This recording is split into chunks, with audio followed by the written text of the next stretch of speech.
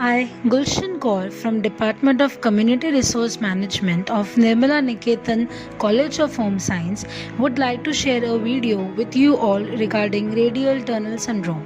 I am a student of ergonomics and I would like to use my knowledge and learnings in a way that could help you understand more about radial tunnel syndrome. For any feedbacks regarding the video, you could email us through our department email address. Firstly, let's begin what exactly is radial tunnel syndrome. It is a musculoskeletal disorder in which the radial nerve is compressed or is under pressure due to repetitive motion of forearm, elbow, wrist or hands. The nerve compression could also take place because of increased pressure, usually from the bone or connective tissue. Radial nerve is one of the three main nerves in the arm. It runs from neck to the back of the upper arm, then crosses the outside of the elbow and goes down to the forearm and the arm. It is also called as radial nerve entrapment.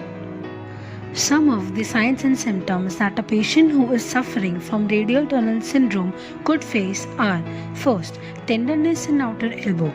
As radial tunnel syndrome affects the nerves that passes through arm and elbow to the wrist and fingers, it leads to loss in sensory nerves of elbow, which would lead in tenderness and numbness in elbow.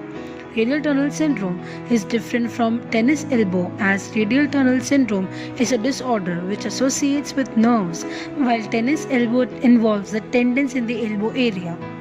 Second, experiencing pain in extending the arm or the wrist. Radial tunnel syndrome causes pain when arm or wrist is extended or flexed. Patients often describe the pain as cutting, piercing or stabbing kind of pain.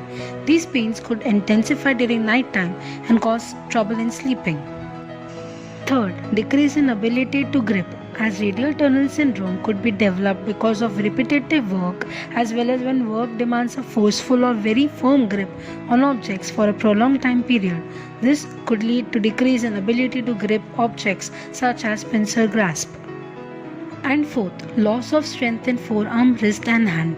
It can cause fatigue and weakness in the forearm and the wrist, which could lead to loss in strength in forearm, wrist and hand. Occupations that are at risk for developing radial tunnel syndrome are: first, construction workers. Since they have to lift, grip and drill for longer periods of time, they are more vulnerable to develop radial tunnel syndrome.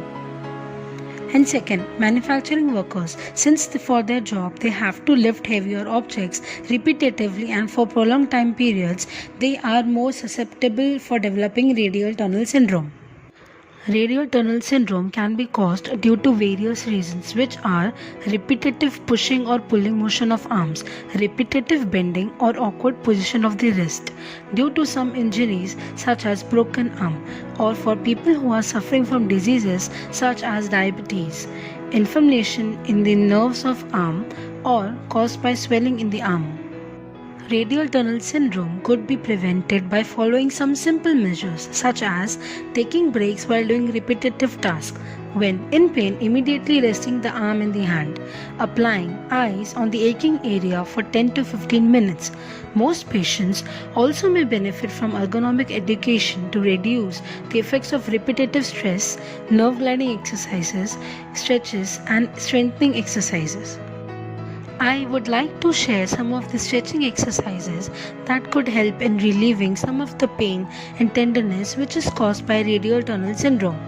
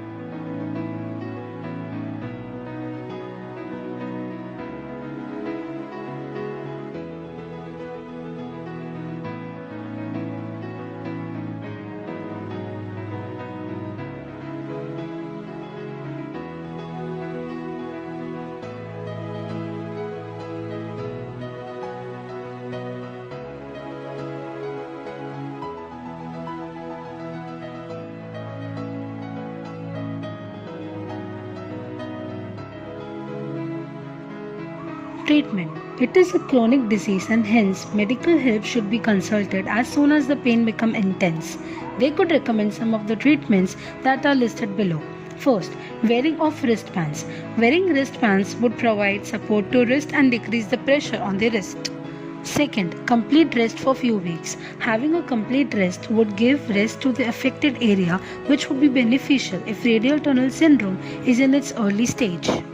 Third, physical therapy. Seeking and practicing physical therapy would help in lessening the pressure on the radial nerve and could be beneficial. Fourth, wearing elbow pads over the affected area during daily activities. Wearing elbow pad would relieve some pain, especially if the pain is prominent on the elbow, and also would provide extra support during daily activities. Fifth, wearing a splint during night time. Wearing a splint during sleep would help to prevent overbending of the elbow. Sixth, medication. If there is no relief from any of the initial procedures, a proper medication would be prescribed by the medical help that could help the patient. And seventh, surgery.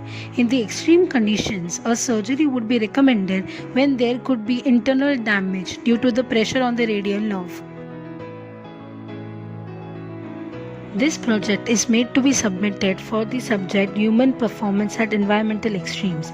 I would like to thank my college, Nirmala Niketan College of Home Science, Department of Community Resource Management, and Assistant Professor Mrs. Rupa Rao ma'am for giving us an opportunity to not only learn something new but also an opportunity to share our knowledge through this project.